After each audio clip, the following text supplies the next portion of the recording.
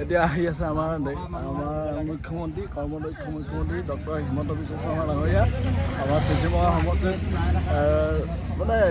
rally কৰিবলৈ জন আশীৰ্বাদভাৱে সেইবাবে আমাৰ এতিয়া ৰাস্তা বাইকবিলাক চব লাইন পাতি আছে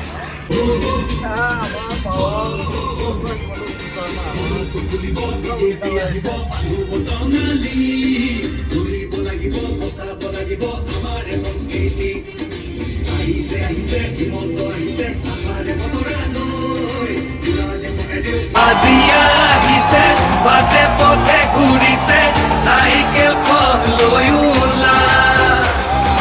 মোদীৰ সপোন পুৰাবলে আকৌ চৰকাৰ আনিবলে মোদীৰ সপোন পুৰাবলে আকৌ চৰকাৰ আনিবলে